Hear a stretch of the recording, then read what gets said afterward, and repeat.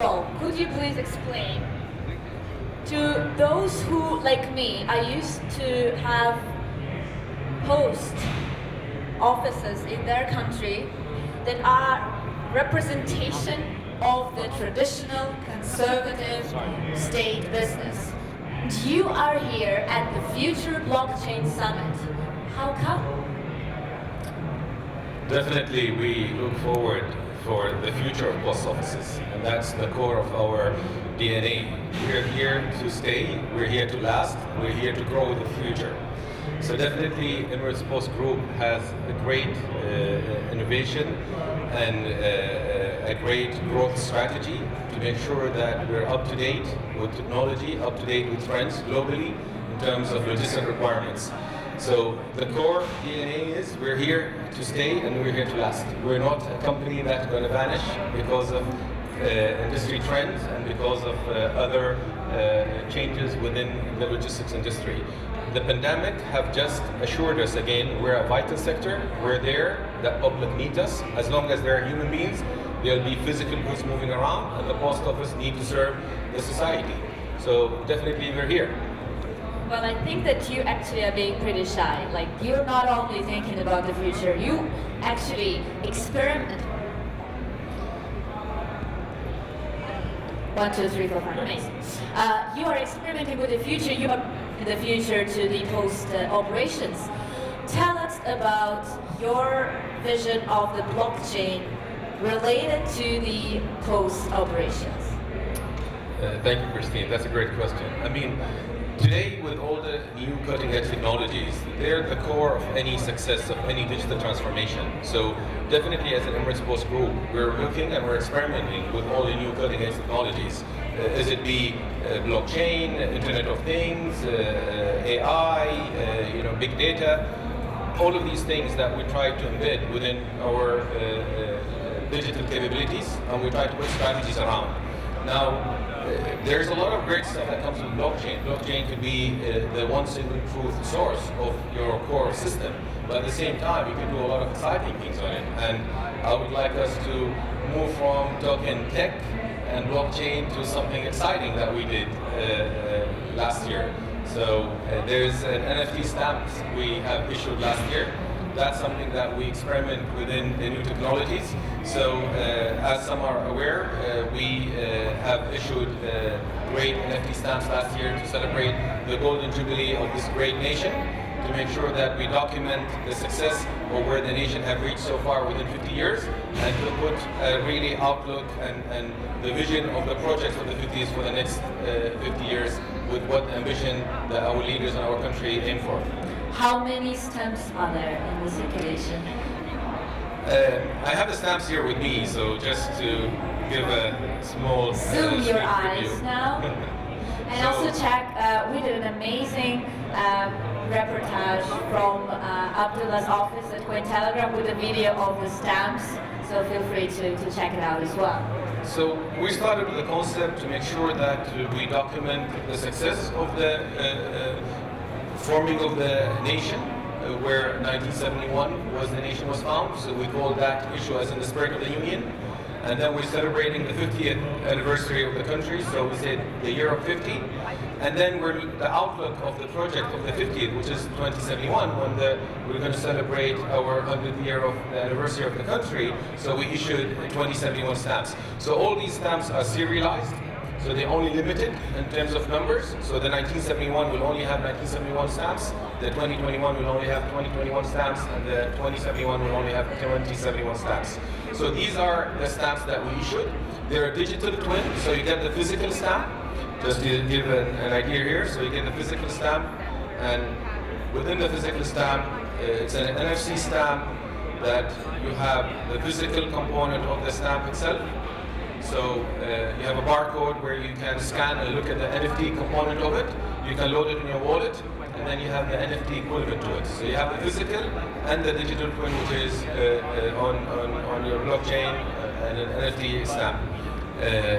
So definitely this is something that Flatlick have appreciated, because it's a new upgrade of not just collecting physical stamps, even collecting NFTs. And we wanted to make sure that we have a rounded kind of a great surprise for this initiative. So what we did, we have issued a gold stamp because it's the golden jubilee of the country. So we issued the main theme, which is the golden jubilee. It is again another physical stamp that has an NFT component. It has 1 gram of gold embedded in the physical stamp that you could really hold and select and keep with you to really celebrate this great, celebration of the golden jubilee of the country. I remember how my grandfather was collecting stamps. I imagine he has never imagined that it could be in form of a gold stamp. So how many of those? Again, the gold we celebrated because of the golden jubilee, so we only made 2021 piece, and they're serialized again. So we wanted to make sure that these are limited, collectible stamps that you could really, hold them and keep them to you, and you look back after a couple of years and you say, wow, in 2021 NFT existed and people were issuing stamps of it. So tracking these NFTs for the last year, how you see the collectors are behaving with those? Definitely, we could see there's a lot of demand. A lot of people have appreciated this. A lot of people have really entered into this domain, trying to really figure out what's going on. What are these NFTs? What are wallets? What's crypto stamps? How can I load them on my wallet? And so we could see newcomers, and we could see really tech-savvy people who understand these stamps very well. They understand the value of them. We could still see people trading them while they just been launched recently. Some people are, getting a couple of stamp, and they want to see how the market will react. And because they're serialized, we saw that there's people who like to have the whole serial. So he might have different serial for each stamp. So what he does, he tries to collect the whole collection of the same serial, and that makes him tempted to, exchange his serial to another one to collect the whole serial for the whole collection. Whose idea was it to launch NFTs? Actually, it was, 2 people in the group who came up and said, there is a great initiative, why don't we experiment this? And, for me to lead my team, I need to give them room for them to excel and innovate. And the minute they brought the idea on, I said, listen, we're backing it up, let's go ahead and do it. We had a chat with our board, our chairman was fully supportive. We got the whole project going from ideation to launching it in 8 weeks. So it was, record-breaking project for us. We usually plan to issue stamps within 6 months to a year usually, because we didn't want to miss the celebration of the, anniversary of the country, and we wanted to make sure that it has a great occasion for it to be launched. We put all the pressure, and I think the team have surprised us with a great. We have a great, partner who helped us to achieve all this. So it was a great experience. Well, I think another important contributor to this was that you already had your knowledge about blockchain. You were passionate about it. When we met with Abdulla for the first time, you already knew CoinTelegraph. And please tell us, how have you gotten into blockchain? What was the first click for you? As I mentioned earlier, we try to make sure that we experiment through cutting-edge technologies, and we're here to last, as I said earlier. And if we don't really keep learning and keep experimenting and look at trends globally, we will be outdated. And that's the core, and that's the DNA of our group, is we need to make sure we are at the front of our innovation, the front of our industry, and we need to make sure that we have a great collaboration with friends around the globe to learn and to share experiences and to go. What other applications of blockchain do you see for the post services? Definitely the core logistics systems will definitely move one day on a blockchain. At the end of the day, us as post offices around the world, we have a lot of protocols and a lot of communication, but they are silo systems, and a blockchain could make sure that could integrate all of these communication on one single system where you have one single truth, and then it can be traceable, trackable, could be visible for the post offices and for consumers to know where the goods being initiated from, where are they in transit, when would they expect to reach, and especially with the growth of e-commerce, it could really build a lot of great collaboration and synergies between e-commerce growth and logistic requirement growth to have one single system built on a blockchain that all postal companies could communicate through and could be a backbone of your core system. Getting back to my first point, like post office is usually a representation of something pretty slow in action. What, in your opinion, enables these amazing developments here in Dubai, in the Emirates?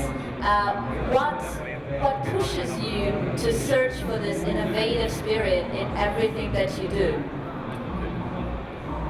I think I don't want to be biased by trying to really appraise our leaders, but we live in a country that all of you guys can see. This country, I don't think they don't sleep.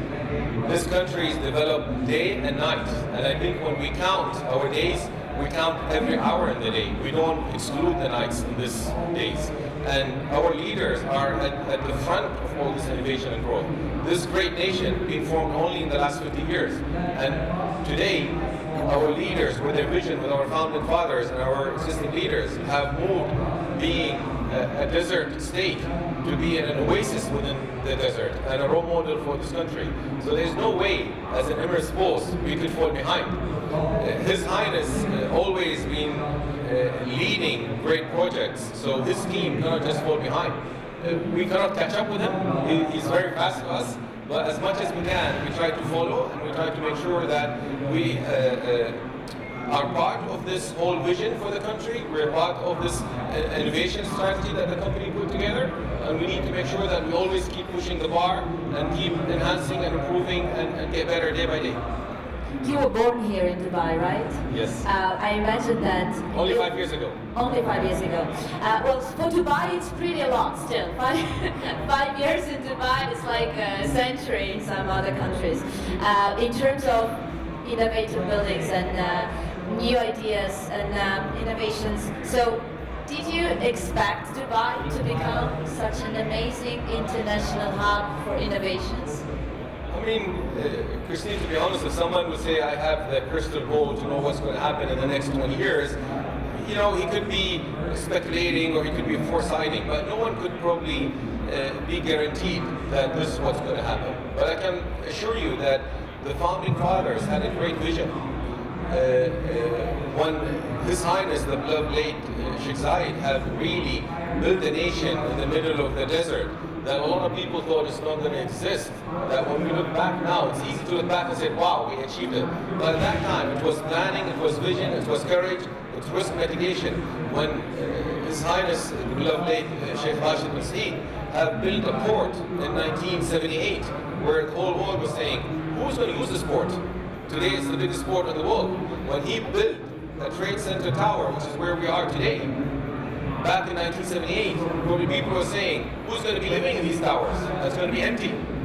But today, GITEX have proven to be one of the largest technological exhibition. Today, we have probably one of the most successful GITEX across the last decades. The vision started with a clear leadership that wants to create a nation. And I think all of these projects have grown within time because they have made sure that they talk the talk and walk the walk and deliver projects. And I think that's the success of this country. Thank you very much. We'll be talking a lot about metaverse. That is like a trendy topic this year, I guess, for the whole blockchain industry. So could you just, dream a little bit along with me? How would you see post offices being implemented within the metaverse space if you were to work on it? You are a great moderator. You know how to sneak and pick some things from the vault, even if the vault was closed. So we didn't want to share anything on the metaverse yet, but I think you're good enough to really open that vault and let us share a little bit. So definitely we're considering to have the first post office on the metaverse. And we're studying very carefully. We want to make sure that we don't just have a hype and a buzz and say, come in an exhibition and say, we're going to be the first post office on the metaverse. We want to make sure that we have a functional post office on the metaverse, fully rounded, fully thought of, and how can it be delivered. Just let's dream and imagine a second where I could be today at home, being a postman or a post office happiness center customer service, and you're at your home and you wanted a service at the post office that you wanted to do physically, but we enabled you to enter into our metaverse. While you're having your coffee at your couch at home, you enter into our metaverse, and then you see me welcoming you in a post office while I'm sitting probably on my own couch at home and servicing you through that whole experience virtually, that you could really feel it, that you were existing in a post office, you got the service done, and you were satisfied, and hopefully you give me 5 stars. That's the experience that we want to do. Whatever we're living today physically, we want to make sure that it's being mirrored on the metaverse and it's being successful. That's amazing. So I would imagine that in 2071, we will all be celebrating live here, with the results of the longevity innovations. I think, Christine, you're not that ambitious. 2071, we will be in Mars. That's where our leaders want us to do. Our first post office hopefully will be in Mars by 2071. How do you imagine a post office in Mars? Hopefully, if there is a vision and there is a will, we'll find a way. The same way we have launched our prop and reached in Mars, we'll figure out a way that we're going to have our post office in Mars soon. That's impressive. Well, I like this, approach to innovations through anything that you can imagine. Thank you so much for your time. Thank you, Kristina. Just one last question for you. What would you wish to those who work in a post office somewhere in the world who want to get into the blockchain industry? What's the first step they should enable? I mean, to me, I would always say you got to dream big. You got to wish that you achieve big results for you to really succeed. Today, knowledge and technology has been the easiest medium to anyone in the whole history of mankind. We could all learn through our handhelds. We could get access to data in our handhelds that previous generation couldn't get it. So if you have a will, you want to really innovate, you want to improve, you want to learn, today everyone have access to it. You just need to have that will. And for me, I always advise my young leaders to say that you got to be authentic. You got to be honest on what you want to achieve. You got to be patient. Nothing happens overnight. And you got to have long life learning philosophy, because whatever we learn today, and we think we have enough knowledge, in 6 months we look back and it's been outdated. So if you don't keep updating and you don't have that attitude of long life learning, and I could learn from a teenager who's 15 years old, probably he could see the world better than all of us, and I could learn from a 70 years old who have a wisdom, and he learned experience through his lifetime. So learning doesn't have a limit. Learning is a journey without a finish line, and I think that's what will make societies, countries, individuals grow in their own space by continuing learning. That's amazing, and this made me feel a little bit about Oscar Wilde, who already was mentioned today by Michelle. Another of his quotes, my favorite, is, "If there is anything worth doing in this life, it's something that is considered to be impossible." So thank you very much for this trust Thank and you belief for in the the future. organizers. Thank you for inviting us. It's been a pleasure. Thank you, dear Abdulla. We're moving forward. We're continuing the space topic now. And I'm incredibly excited to introduce you to our next speaker, who managed to combine the classics. Because this guy collaborated with some incredible bands. He was the spirit of Supertramp, Duran Duran, Toto, Pink Floyd, and he was the voice of saxophone in those bands. And now you are working on space launch. Yes, please. So, Hi everyone, thank you very much for having me. First of all, this conference is freaking awesome. I mean, I've been to conferences all my life, but this is probably one of the most incredible conferences I've ever seen, and it's congratulations to everybody who do this. And Abdulla, I love your speech about, never had really thought about the stamps being NFT, and I thought that was incredible. So, well, compliments to the organizers, because they have to, prepare a space for such awesome guys like you. Scott Page, please a round of applause to this legendary musician and also innovator. So what is space? Yeah, so I've been concerned. My career has been around both not only the music business but also in the business world. I've been a serial entrepreneur. I'm on my 4th company right now called Think Experience. It's an immersive entertainment company really focused in the NFT space. And just a little background, I've had built mobile messaging networks. We've had companies actually in my first company, a company called 7th Level, we took public in 1992, which was really around the interactive space first. I was kind of the producer and director along with another guy of kind of what they consider the world's first interactive cartoon, which ran on a 386 25 megahertz window machine with 4 mega RAM, which is kind of crazy to be able to have full-blown animation back in the days. So I've been a tech guy, been around all this stuff, been in the music space, so I've been kind of focusing in both of those areas. Tell me this, how many hours per day do you play saxophone? How many hours do I play per day? Well, you know, it's interesting. I'm so involved in my business. It really depends. So I go back and forth. There's days that I'll play a lot of saxophone, and then there's actually some weeks I don't play my saxophone because I'm in the business side of things. So yeah, that's sort of an up and down thing. It's impressive. Okay, because usually when you have a passion, it's very difficult to get into another passion at the same time. What was your first business project? I started a company called Walt Tucker back in the day, and I had an audio-video post-production house, mobile video trucks, and then I had a whole merchandising business at that time too. And that led into 7th Level. That turned in when I saw interactive entertainment come together. I did my first CD-ROM in 1990. It was called Music Bites, and it was actually music for Windows users to use with their PowerPoint, because there was no real music for PowerPoint at the time. And it was kind of cool because I had Tower of Power, I had Floyd guys, I had everybody play on this crazy disc for computer guys to show their presentations. And so that was my first inkling into the CD-ROM world. And I was sitting in Comdex, another big conference like this, and I looked across the room and I saw this thing on the screen. I said, what is that? So I walked over to it, and it was an interactive title called Just Grandma and Me for children. And it was the first time I saw somebody click a mouse and click on an object and it moved. And when I saw that, that was it. I was hung, man. I'm down there. The next thing I know, I'm hanging out with the cyberpunks in all the garages, making stuff, hanging out with Timothy Leary, doing the digital beans in San Francisco. So yeah, it's been quite a lot. And when was the first time you heard about blockchain?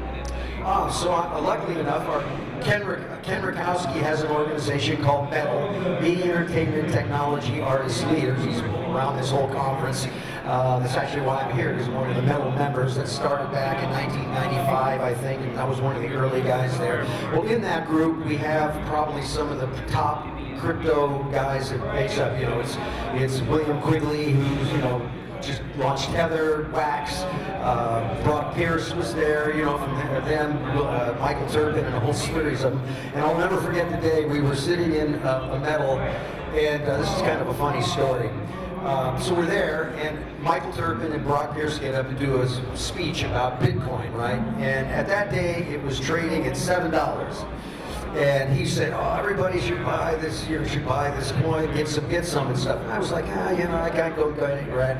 So then 2016 comes along, so I've been around following it all this time. So 2016, when we had that big rise, it was taking off. I get a call from a friend of mine. He says, Scott, can you go over to my house? I said, what is it? He says, I don't want to talk about it on the phone. I said, well, what is it? You all right? He said, yeah, no, I'm fine. I don't want to talk about it. He said, come over. So I go to his house, and I sit down, and he says, dude, do you remember that day when Brock and Michael were up there talking about buying Bitcoin? He said, I threw $50,000 at it and I bought it. He opened his wallet, he had $90 million in his wallet. And I said, dude, you're kidding me. He said, I don't know anything about Bitcoin. I just bought it. It's just been sitting there all this time. How do I sell it? What do I do? I don't want anybody to know that I got all this money. And at the time, it wasn't easy. You could just get rid of Bitcoin and turn it into fiat at the time. And I said, man, down in Newport Beach, there's a Ferrari dealer that's taking Bitcoin. Go buy a Ferrari. So he went and bought 6 Ferraris, turned around, sold those Ferraris, and got his cash out. And then somebody took about a $6 million home with Bitcoin, and it's a crazy story. But yeah, I wish I was a little smarter at that time. When did you invest in your first Bitcoin? Well, I have some Bitcoin. Yes, I do have Bitcoin. I'm a big fan now of what's going on, and you know, I'm a total decentralization guy. So that's where my whole thing is. Everything I'm doing, I'm actually launching an NFT project now called Rock Money, which is a whole story, but it's really around the decentralization and the power of the people taking back the currency, because I think that's an opportunity we have right now. Right, and it's crazy, and like, you know, I've gotten heavily into the NFT space over the last 2 years. I got lucky; we sold our first one for 1.1 million, and we sold another one for about 700,000. And I've been building in this community and been launching conferences. I just did the Future Shape 360 conference in Denver with my partners out of there. Getting ready to do NFT LA coming up, and yeah, I love this space, and it's probably one of the most exciting things. And what was so interesting is so many people don't really realize what an NFT is, and they look at this thing and they came up with me all the time and they say, you know, that picture of that ape, why is that thing worth $1 million, right? And they can never understand a JPEG, how it could be worth $1 million. When I try to explain to them the beauty of what NFTs are and why that thing is so valuable, because it's a distributed brand. It says you got 10,000 of those Bored Apes, right? Everybody knows about the Bored Ape Yacht Club, I'm sure here. Does everybody know about that? No? Okay, there's a handful. So that's actually one of the incredible NFT projects. It's really kind of shown the way. If you realize, if you look at Bored Apes, they started 2 years ago. It's a $4 billion business now. $4 billion. Think about that. Tell me what businesses in 2 years turned into a $4 billion business, right? And it started with 10,000 apes, not with a lot of money, and it just basically built. So I'm very bullish on NFTs. I believe that everybody in this every business in this place is going to be dealing with NFTs once they grasp the concept that it's a technology that allows you to build rights, roles, and permissions into it so that you can pass those permissions and rights and roles around to other people, build royalties in it. And you got this beautiful little robot network called the blockchain that's handling all the distribution and stuff. So yeah, it's very exciting. And so we've been doing drops, even in a down market right now. It's getting killed, and I hear everybody say, yeah, NFTs are done. And these things are not done by any means. And we actually just did a drop with Gabe Weiss the other day, 5,000 pieces, sold out in 5 minutes. So there's even in a down market, there is this phenomena that's going on, and it's crazy because, I mean, finally we have a tool set that allows me to build something, pass it on to somebody else, let them build on it, and I can work on top of it. So I can now empower, in the entertainment space, my fans to actually build with me and make money and build on top of it. So, you know, again, going back real quick because I got off topic, but on the Bored Ape, so the way I try to explain that is you got 10,000 of these apes, and every ape is unique. So they're now building businesses like crazy on top of that. If you see all the businesses, Bored Ape, there's Bored Water, there's Bored Hotels, there's Bored Clothing, shoes. It's just like a distributed brand. So I try to explain it to people that understand. If you think about Nike, right, that little swoosh, if you had 10,000 of those different swooshes, you had a red one, a blue one, a green one with diamonds, striped stars, and each of those now, when you own that, you have the rights now to build on top of that. So now it's a group of 4,000 or 10,000 people actually building that brand. And so this is an exciting time. And like I said, I don't care if you're a hair salon, a studio, electric car company, a guitar making company, everybody will be diving into NFTs when they start to realize what the value of the utility, the ability to build, it's community building. It's the ultimate loyalty program tool set that's out there. It's really exciting to see so much excitement from you about this. But your story actually demonstrates the power of community. The power of community and knowledge and education. Yes. But you have been telling a few times, I'm trying to explain, I'm educating, I'm teaching. We know that there are so many celebrities now who got into the space without being that into. So how do you see the dynamics of the tech literacy in the last? So this is the thing. Right now, what we're finding, I actually consult to a few pretty big celebrities and stuff in this space, and they went and they thought, okay, I'm a big celebrity, I can go drop this NFT and everybody's going to come. Nobody cared. Nobody cared. I mean, I saw them put all this money into it, big name, go out and drop, tons of press, tons of everything and nobody cared, because this is about community. I believe what we're doing now is, instead of going broad and large, we're moving into hives, smaller groups of people, groups. And I always say now, if you want to survive, you got to build a hive. Why did that Gabe Weiss sell out in a down market? It was because of the community and the value that you can build into these, and the relationship building that you can build with these things. So it's all about building community now. So as we talk about dropping NFTs, if you're doing it for, not let's say as an access token, or used to for kind of a business application, but if you're dropping it as a piece of art, you have to build the audience first, and that's the beauty of what this is about. We're building companies without any financing, right? We raised $4 million. A friend of mine raised $4 million on just selling this token in 12 hours without having to go to any venture firm to build it by that. Because what's so beautiful about this is we can work together. So I'm working with a variety of NFT projects. Somebody comes to me and says, dude, I got this killer idea for this project. Okay, who's in the team? What's going on? You look at the people there, I'm in. Okay, in the contract, here, you're going to get your 5% of this thing. Okay, great. We all work together. The day the thing drops, I look at my wallet, and there's money. It's like fantastic how it works, but we didn't have to sell any equity. We didn't have to sell anything. So it's an incredible tool set. I think it's going to be used so much more powerful in funding businesses like we've never seen before. So what's your latest decentralized venture? What is my what? Your latest project related to blockchain. Yeah, so I'm launching, my company is called Think Experience. I've been in the immersive entertainment space because I realized you couldn't sell music. There's no place to sell music, right? Where am I going to sell it? And the streaming business is the worst business for artists. I think that right now, I think it's like 4,000 to 5,000 for 1 million streams on Spotify. Okay, sounds okay. The only problem is only like 2 to 3% of the entire Spotify catalog has 1 billion streams. So it's a horrible business model for artists.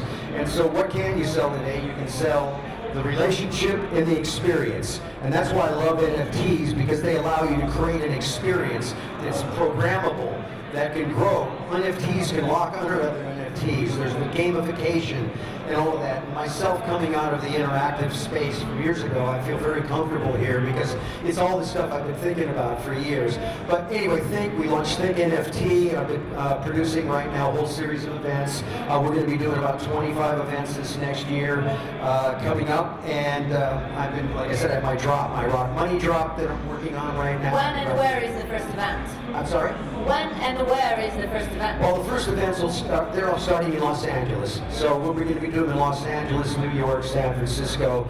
We're doing our first, we actually did one a week and a half ago in Los Angeles. Again, it's about bringing the tribe together, and we had 15 of the top NFT artists creating art. We had I always bring my band ThinkX, which is all the guys from Jane's Addiction, Fisher Fishbone, a bunch of great musicians.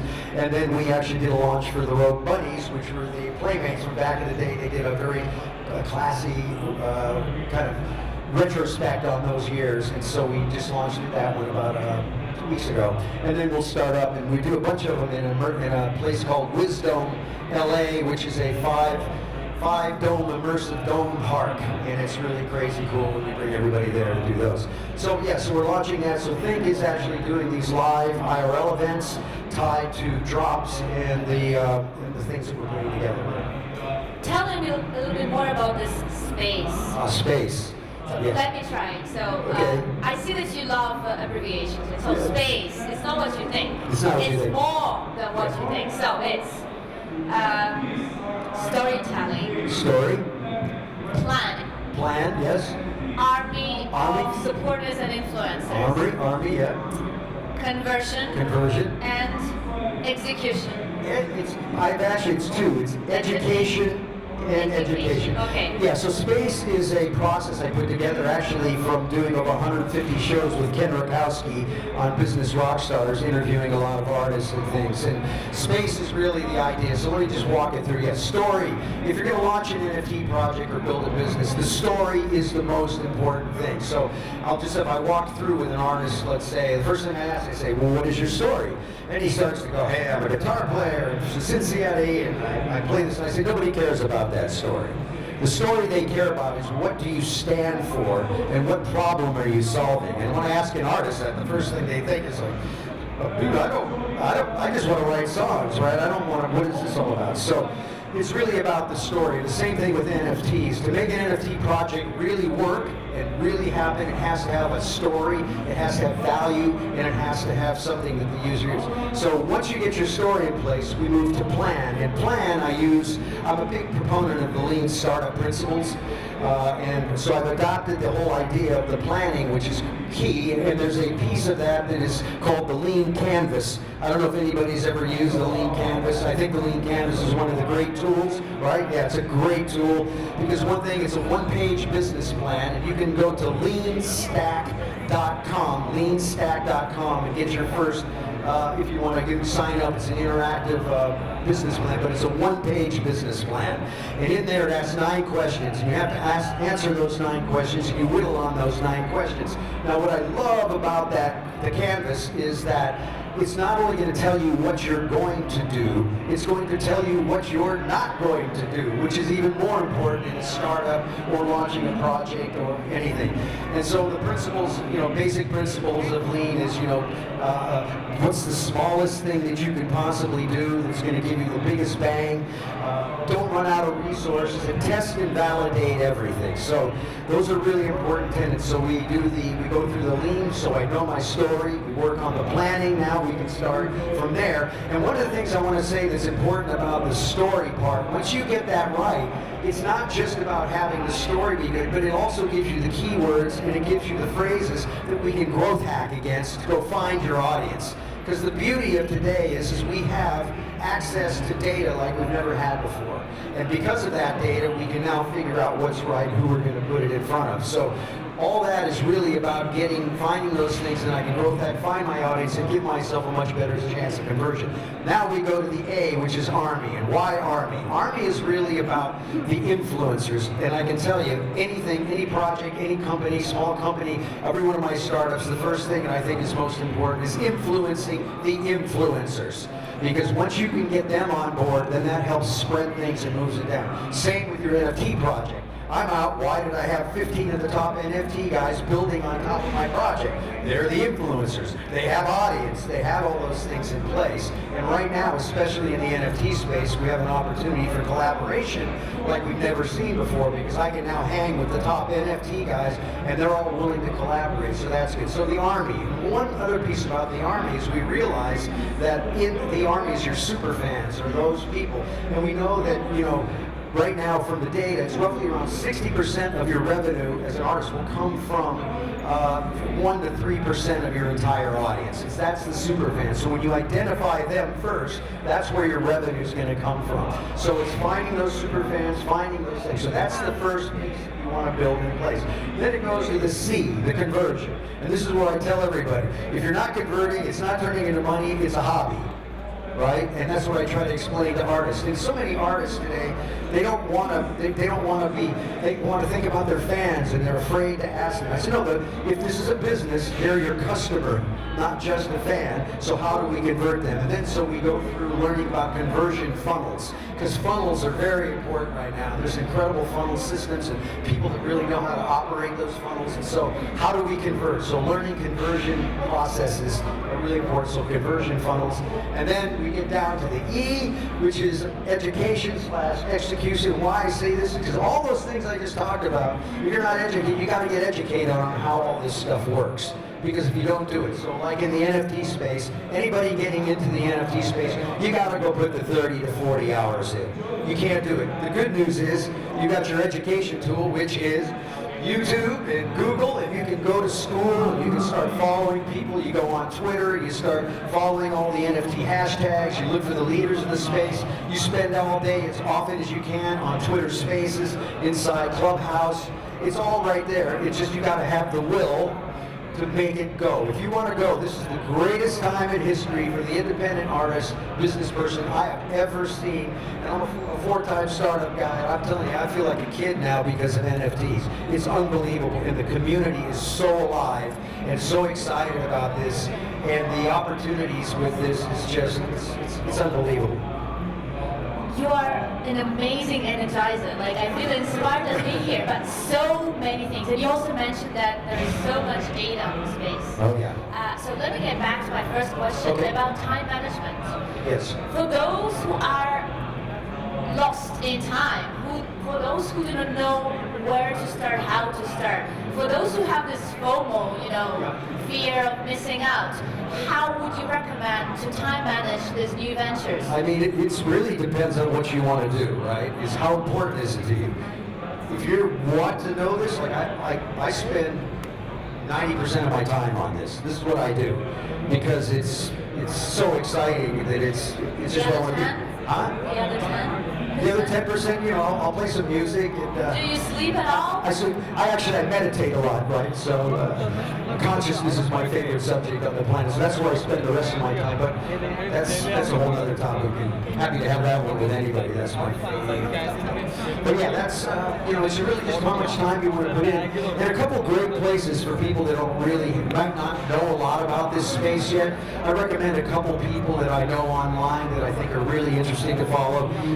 For the people that want to kind of get into the space and learn about blockchain, because learning about NFTs is not just about the NFTs, it's also the learning about the blockchain and cryptocurrency in general. And what I also like about NFTs is it's sort of a back door to get people into cryptocurrency, right? Because it's easier to understand this. Gee, I get to own my favorite rock stars NFT. Oh, by the way, I'm using crypto. I got a wallet now. I'm sort of getting in. So I see that as a gateway to get more people in, because the most important thing right now that we can do as a community in this space is to onboard people. And that's my whole goal right now, is just onboarding and bringing more and more people into this space. Because I'm telling you, we got to be careful. This is dangerous stuff too, because if we don't take it over the people, we're going to get in real trouble, right? So this is a very important time in history for us to take the power of the currency back.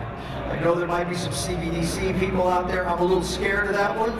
That one makes me a little nervous to have one central location managing everything we do, so please learn a lot about that before you get too deep into that one.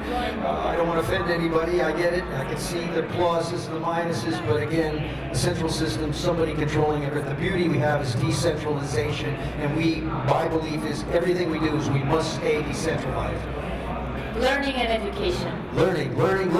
Be curious. I could be talking to you forever. I wanted to say, just because I meant to say this, a couple things. If you go to YouTube and you type in whiteboard crypto, this is good for anybody out there that wants to get somebody else in. It's incredible, 7 to 15 minute, great little whiteboard things. It explains everything from staking to NFTs to, the different blockchains, all those things. That'll get you started. And the other one that I love is a girl by the name of Crypto Casey. Crypto Casey on YouTube is fantastic. She's one of the most succinct teachers I've seen in the space. So those are two good ones to get started on. There you go. I imagine you're available to Oh yeah, I'm available. So on my social, about blockchain. yeah, my social is all IAM Scott Page. So if you ever want to come follow me, hit me up. Tell me you're from Dubai. Let's talk. I'm trying to, like I said, I want to arm the world and get as many people in the space as possible. Please praise Scott Page for this wonderful energy and inspiration that he just gifted Thank you so much. I'm so happy to be here. Yeah, this is awesome. And the surprise part is actually that you are staying on the stage. Oh, that's right. We're doing another talk. Because other wonderful speakers are joining great. Talk about creative economy and blockchain and NFTs for the music industry in a second. Excellent. There you go. Thank you. Thank you. Oh, thank you so much. Okay, please. Oh, take your picture. Thank you so much. So nice. Come on, let's do it. This is somebody's gonna kill it. Somebody.